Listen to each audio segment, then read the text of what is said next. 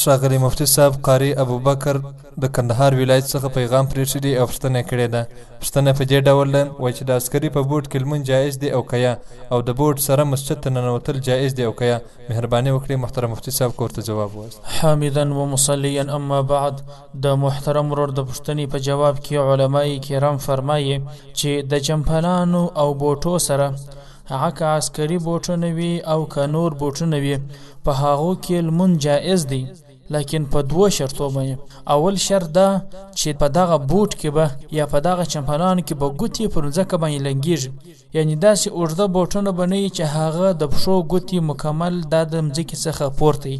او دوم شرط یې دا دی چې دغه بوټونه یا دغه چمپلان دا به پاک وي، بیا لمونځ سره جایز دی، ځکه د نبی علیه السلام څخه په چمپلانو کې لمونځ کول دا ثابت دي. البته مسجد ته د بوټو چمپلان سره نوتل فقهای کرام فرمایي چې دا په اوس وخت کې مکروه دی، ځکه چې د مسجد فرش دا ورسره خرابېږي. لهذا په مسؤله صورت کې که چیرې بوټونه پاک وي نو په دې سره لمونځ جایز دی.